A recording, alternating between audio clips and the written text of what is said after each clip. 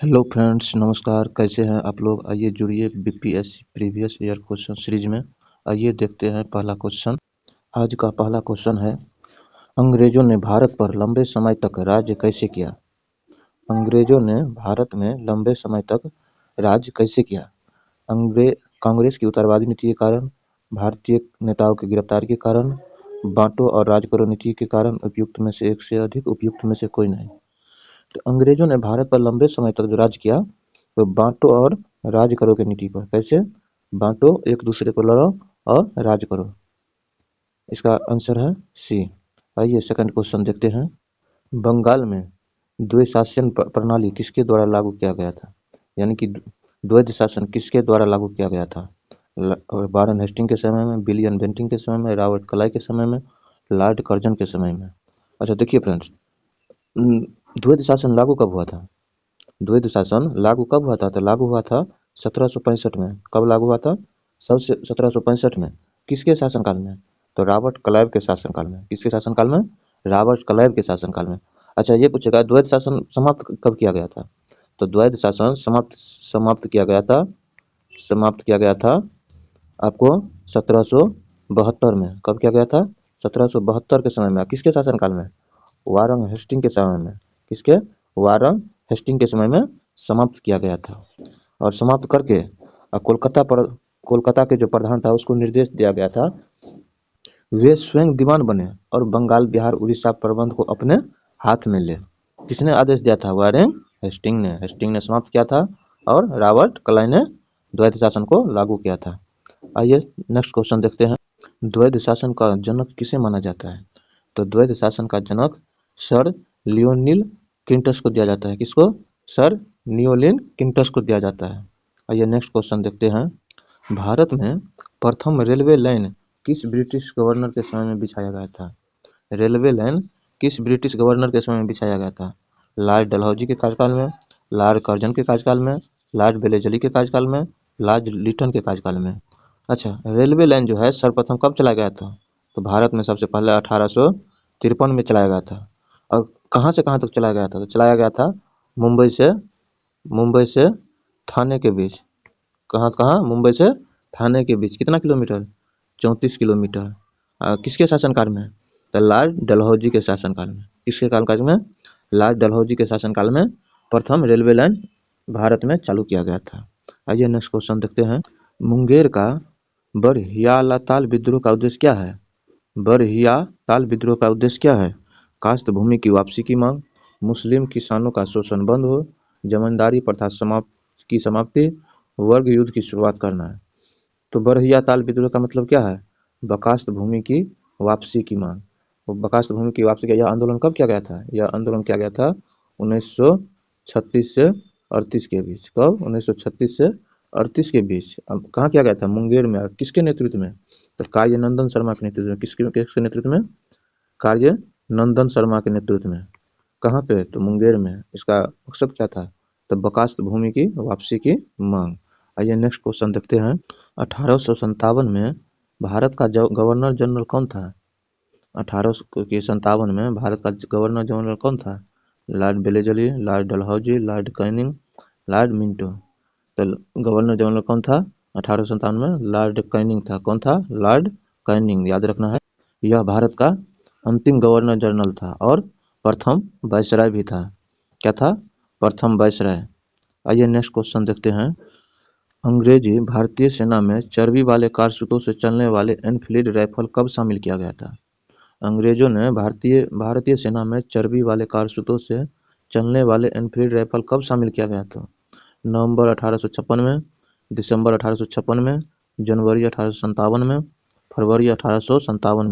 देखिए फ्रेंड्स, आपको याद होगा दिसंबर 1856 में सरकार ने पुराने लोहे वाली बंदूक यानी कि ब्राउन बेस बंदूक, क्या नाम था बंदूक का? ब्राउन बेस के स्थान पर एक नए एनफील्ड राइफल का प्रयोग किया था और इस राइफल में चर्बी युक्त कारतूसों का प्रयोग किया गया था, जिसमें गाय का शुगर, गाय का चर्बी और वाली विद्रोह का। तो 1857 में चर्बी युक्त कारतूस का प्रयोग करना ही तत्कालीन कारण था। तो कब किया गया था एनफील्ड राइफल शामिल? 1856 में, दिसंबर 1856 में। आइए नेक्स्ट क्वेश्चन देखते हैं। 1857 के विद्रोह का नेतृत्व बिहार में किसने किया था?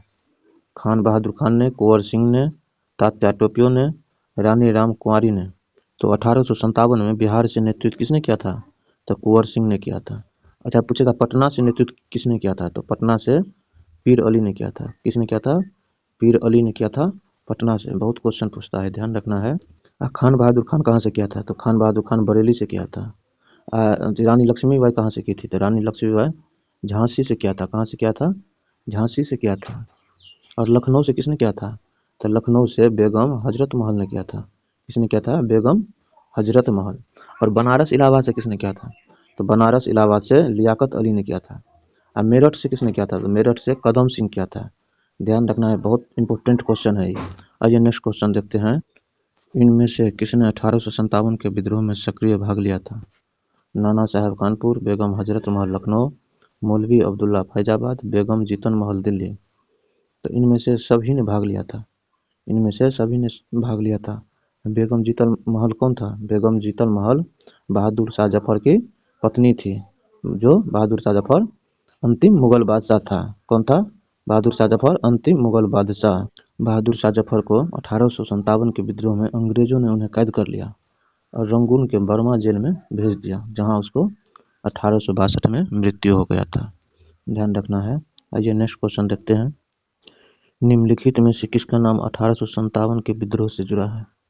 भगत सिंह, बाल गंगाधर तिलक, तात्या टोपे, गोपाल कृष्ण गोखले। तो 1857 के विद्रोह से तात्या टोपे के नाम जुड़ा है। आइए नेक्स्ट क्वेश्चन देखते हैं। झांसी की रानी लक्ष्मीबाई की मृत्यु कहाँ हुई थी? तो झांसी की रानी लक्ष्मीबाई की मृत्यु लखनऊ से हुआ था, कानपुर से हुआ था, ग्वालियर से हुआ, झांसी से हुआ था। तो रानी लक्ष्मीबाई की मृत्यु ग्वालियर में हुआ था। 1857 में नेतृत्व कहाँ से किया था? 1857 का नेतृत्व झांसी में किया था। कहाँ से? झांसी से किया था लक्ष्मीबाई ने। मृत्यु क्या हुआ था? ग्वालियर में। आइए नेक्स्ट क्वेश्चन देखते हैं। निम्नलिखित वर्गों में किसने 1857 के विद्रोह में भाग नहीं लिया था? खेतिहर मजदूर, कृषक, साहूकार, जमींदार। तो देखिए 1857 के विद्रोह में खेतिहर मजदूर भाग लिया था, कृषक भाग लिया था, लेकिन साहूकार और जमींदार ये दोनों भाग नहीं लिया था। कौन नहीं लिया था? साहूकार और जमींदार 1857 के विद्रोह में भाग नहीं लिया था। 1857 का विद्रोह सर्वप्रथम कहाँ से शुरू हुआ था? कानपुर से, दिल्ली से, मेरठ से, झांसी के। तो 1857 का विद्रोह मेरठ से प्रारंभ हुआ। मेरठ से 10 मई 1857 को प्रारंभ हुआ था, मेरठ से। आइए नेक्स्ट क्वेश्चन देखते हैं। 1857 के विद्रोह में बिहार का कौन सा भाग अप्रभावित रहा था? तो बिहार का कौन सा भाग अप्रभावित रहा था? दानापुर, पटना, हारा, मुजफ्फरपुर, मुंगेर। तो 1857 के विद्रोह में जो अप्रभावित रहा था वो मुंगेर अप्रभावित रहा था। कौन? मुंगेर। दानापुर में भी विद्रोह हुआ था, आरापुर में भी विद्रोह हुआ था, पटना में भी विद्रोह हुआ था, मुजफ्फरपुर में भी हुआ था। आइए नेक्स्ट क्वेश्चन देखते हैं। 1857 के विद्रोह के दौरान ब्रिटिश सेना ने किस सेनापति को कुंवर सिंह के विरुद्ध भेजा था? तो कुंवर सिंह के विरुद्ध जो है ब्रिटिश सेनापति आया था general Hewitt, sir Colin Campbell, sir हुरोज।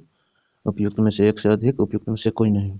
तो 1857 में जो सेना आया था कुंवर सिंह के विरुद्ध, वो आया था, कौन आया था? बिलसेट आयर आया था। कौन आया था? बिलसेट आयर आया था, जो इनमें कोई नहीं है।